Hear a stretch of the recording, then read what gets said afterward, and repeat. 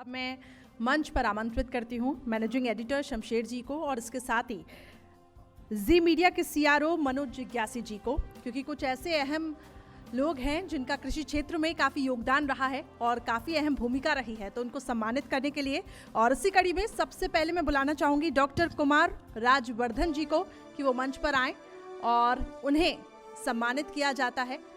PRO हैं RC Srivastava ji के। Doctor Kumar Rajvardhan जी, जोरदार तालियां निरंतर बजती रहनी चाहिए क्योंकि कृषि क्षेत्र में अहम भूमिका इन्होंने निभाई है, अहम योगदान इन्होंने निभाया है।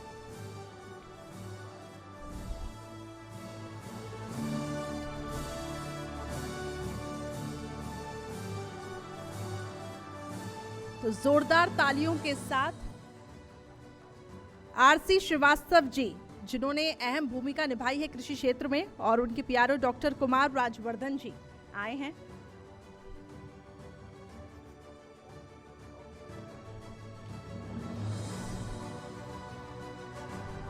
तो ग्रामीण क्षेत्रों में रोजगार बढ़ाने को लेकर, इसके साथ ही सिंचाई व्यवस्था को बेहतर बनाने के लिए आरसी श्रीवास्तव जी ने अहम भूमिका निभाई है और उनके पीआरओ डॉक्टर कुमार राजवर्धन जी।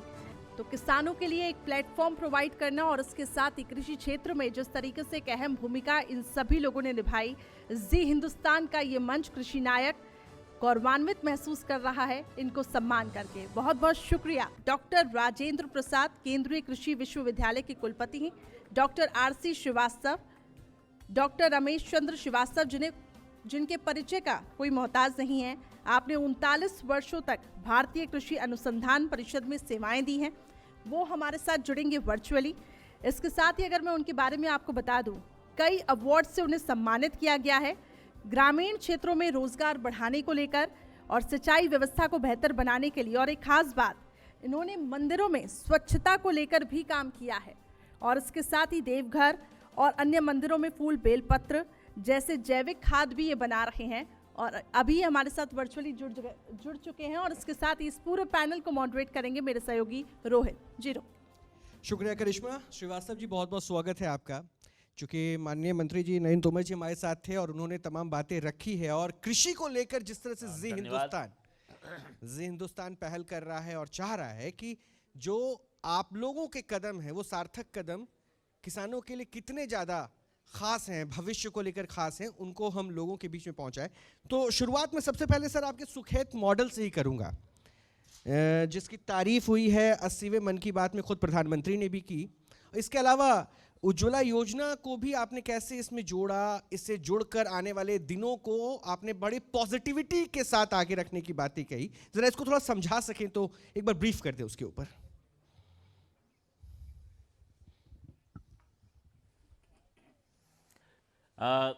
मैं कहना चाहूँगा कि मई 2016 में मेरे गृह जिले बलिया से ही माननीय प्रधानमंत्री जी ने उज्ज्वला प्रोग्राम की शुरुआत की थी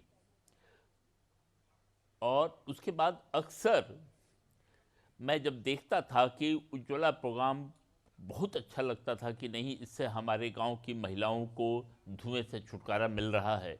लेकिन बाद में ये सामने आया कि उनको रिफिल में बड़ी प्रॉब्लम हो रही है और उपले और गैस दोनों साथ साथ चल रहे हैं।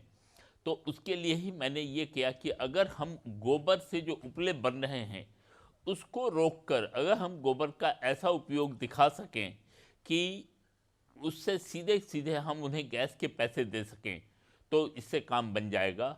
और इसी के लिए हमने 4 प्रोग्राम को एक साथ मिलाया, उज्ज्वला, स्वच्छता अभियान, जैविक खेती और एम्प्लॉयमेंट, कि इससे हमने गोबर उनके घरों से लेना शुरू किया। ये नहीं कि कोई आके गोबर हमारे सेंटर पे दे जाएगा, गोबर उनके घर से कलेक्ट करना शुरू किया। साथ में ही उनके घर का जो कूड़ा है उसे भी हमने लेना शुरू किया, ताकि क्योंकि गांव में तो कोई कूड़ा उठाने की व्यवस्था है नहीं, जो उठा के सीधे जो गांव के पास घर के पास फेंक देते थे उसे भी उठाया। और गांव में जो जैविक वेस्ट है, जलकुंभी है और घासें हैं, उनको भी उठाकर हम ले आए और सब मिला के हमने वर्मी कंपोस्ट बनाया। और इस वर्मी कंपोस्ट की बिक्री करके जो पैसा मिला उससे हमने इस सिलेंडर की रिफ़िल करवा दी। तो 2 महीने में एक बार हम सिलेंडर की रिफ़िल करवा रहे हैं। जो लोग हमें रोज़ 20 किलो गोबर देते हैं और इससे चारों चारों चीज़ें हो रही। उज्ज्वला प्रोग्राम में जो रिफिल की प्रॉब्लम थी वो ख़त्म हो गई। अब गैस के दाम बढ़ने से या घटने से उन पर कोई असर नहीं पड़ता। दूसरा, गांव में स्वच्छता रहती है, घरों में से का कूड़ा जो है वो सीधे सीधे वहाँ से उठ जाता है। तीसरा, किसान को जैविक खाद वो उसके डोर स्टेप पे मिल जाती है वहीं गांव में ही। और चौथा, इससे एक यूनिट में जो 100 घरों के लिए जो एक यूनिट हमने बनाई है उसमें करीब 5 से 6 लोगों को रोजगार मिल रहा है। तो इस तरह ये हमारी जो सरकार की प्राथमिकताएं हैं, चारों प्राथमिकताएं इससे कवर हो रही हैं। श्रीवास्तव जी, मैं तो बस यही कहूंगा कि एक पंथ कई काज वाली बातें आपने कर दी। वैसे तो कहा जाता है कि भाई एक ऐसा आइडिया हो जिस आइडिया से सबका भला हो जाए, तो ये भला आपने गिनवा दिया। लेकिन एक पॉइंट है सर, हाँ। इस चैलेंज में दरअसल मैंने ये भी कैलकुलेट किया कि बिहार में सिंचाई की समस्या बहुत बड़ी रही। हालांकि प्रधानमंत्री भी सिंचाई योजनाओं को लेकर कई सारे पहल लेकर आए, कई योजनाओं को लेकर आए, लेकिन मैं आपके विश्वविद्यालय को समझना चाहूंगा, उनका फोकस, उनका विजन, या फिर वो दरअसल कैसे इन्वॉल्व हो रहे हैं। जरा अगर इस पर कुछ आपका पॉइंट हो तो वो रखें।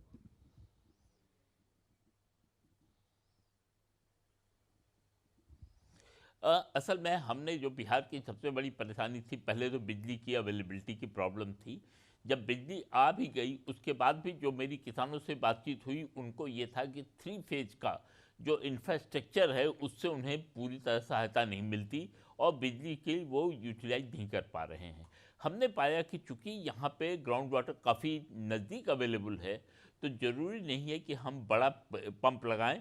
और सेंट्रीफ्यूगल पंप को जब पानी का लेवल नीचे चला जाता था तो उन्हें ज़मीन के अंदर कुआं टाइप खोद के 3-4 मीटर उसके बाद से नीचे ले जाना पड़ता था।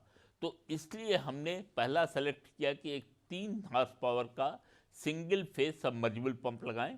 और हमने पाया कि इसकी इफ़िशियंसी बाकी पंप से करीब 10 से 15% ज़्यादा है। तो एक तो ये हो गया कि सिंगल फेज का ही इंफ्रास्ट्रक्चर जरूरत पड़ेगी, तो इंफ्रास्ट्रक्चर पे खर्चा कम हो गया। इसकी इफ़िशियंसी ज़्यादा है तो किसान की लागत भी कम हो गई। इसके बाद जो हिस्सा यह था, एक और प्रॉब्लम थी कि पानी का लेवल डाउन जा रहा था बिहार में भी, जहाँ पे परेशानी उतनी नहीं थी। तो हमने, और साथ में जल जमाव की भी परेशानी, मतलब किसान बेचारे को 2 तरफ से झेलना पड़ता था, बरसात के दौरान जल जमाव और बरसात ख़त्म होते ही पानी का कमी। तो हमने ड्रेनेज कम रिचार्ज स्ट्रक्चर एक बनाया जिससे पानी को फिल्टर करके हम सेकंड एक्विफर में उसे पानी को भेज दे रहे हैं। तो जो पानी जितना हमारे निकालते हैं, मैं उसे वाटर पॉजिटिव एक्विफर बोलता हूँ, कि जितना पानी हम निकालते हैं हम उससे ज़्यादा पानी एक्विफर में डाल देते हैं ताकि एक्विफर में पानी की कमी ना हो, साथ ही साथ जल जमाव से भी छुटकारा मिले और किसान को थोड़ा सा कम दामों में, करीब करीब आधे दामों में पानी मिले।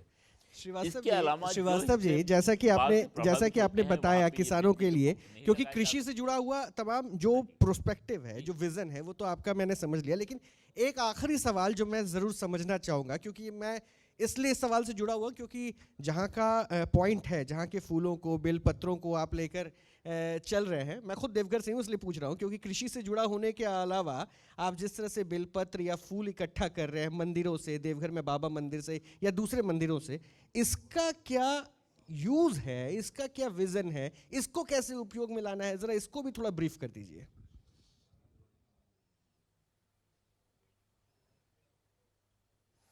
इसको थोड़ा सा, एक मेरा व्यक्तिगत आप मान लीजिए पहले कि नहीं, मंदिरों में जब भी जाते हैं तो एक सबसे बड़ा दुख लगता है कि गंदगी नज़र आती है।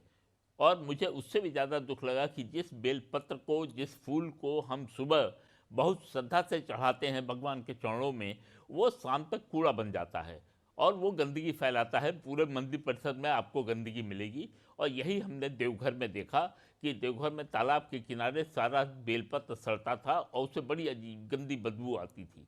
तो वहाँ के जो केवीके है हमारा, उस केवीके से कांटेक्ट करके हमने कहा अगर ये सारा का सारा हम उठा लें और इससे खाद बनाएं तो क्या होगा। और हमने पाया कि उससे जो खाद बन रही है वो खाद नॉर्मल जो वर्मी कंपोस्ट है उससे बेहतर है क्वालिटी में भी।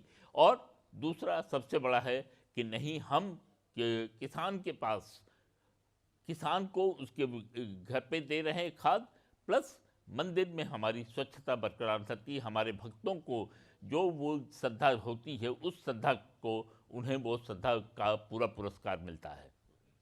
चलिए सर, बहुत बहुत शुक्रिया। और इस पहल की वाकई सराहना भी हो रही है और खुद कृषि मंत्री भी इन बातों को सुन रहे थे, और इसलिए तुमने कहा ना कि ये विजन है, और इस विजन के साथ किसानों के उज्जवल भविष्य को लेकर जो आप चिंतन कर रहे हैं और उस पर काम कर रहे हैं, उसको कम से कम हर किसी को जानना भी चाहिए। श्रीवास्तव जी, बहुत बहुत शुक्रिया।